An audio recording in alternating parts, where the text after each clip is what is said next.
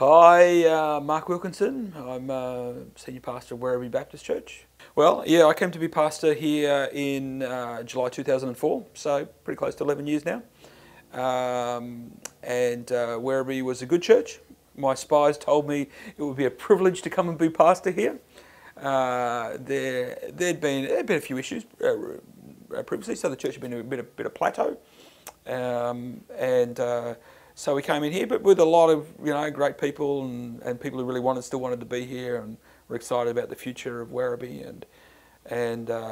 So we came in and we really just tried to be faithful to Jesus and so on. But we're in this growing area, and so we had an opportunity to sort of see some things grow for us. I mean, the community of Wyndham has actually doubled in that last 11 years, and so. There's been always people coming in, and so we've certainly seen growth.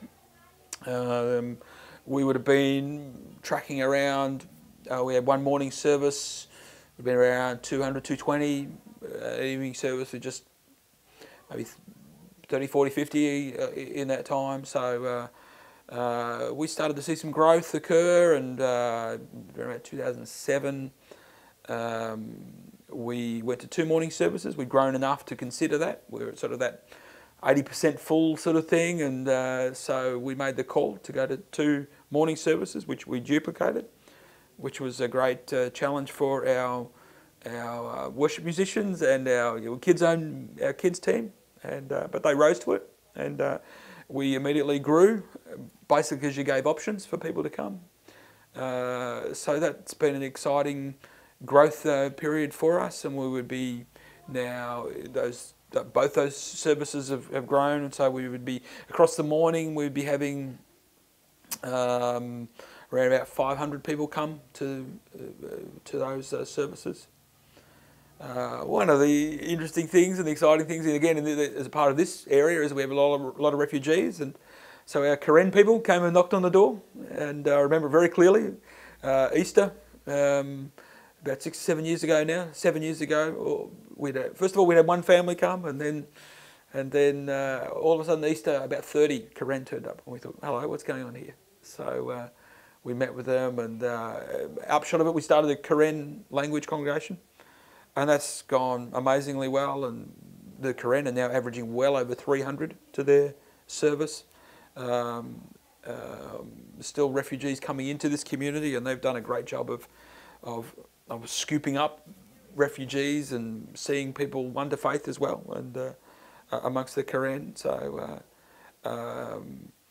all up, I mean, some days we open the doors at 7:30 in the morning, and we might close the doors at 7:30 at night, and we have 4 church services across the day.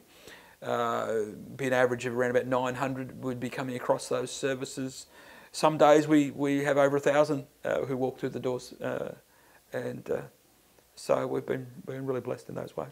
This community is a very multicultural community, and our church community is reflective of that. Well, I can identify somewhere around about 50 nationalities within the congregational life. Many of those are just sort of one family or one person and so on, but we would have major subcultures of Indians, of South Africans, of Slovaks, but then sort of everything else along the lines. I once was in a small group, and the small group actually had representation from every continent in the world in the small group. African, European, Asian, both North American and South American in that one small group.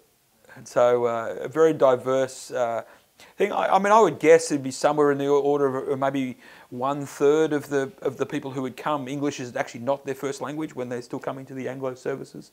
But in some ways the church service is what brings us together, is in some ways the unifying thing in those languages. So I've never been in a church quite like it before. Every other church I've been into in my life has been very monocultural, but this is a delightful multicultural thing. And we try to celebrate that from time to time, and with different language greetings, and in particular around our missions time, and we have a global focus, and we really try to celebrate the cultures as well.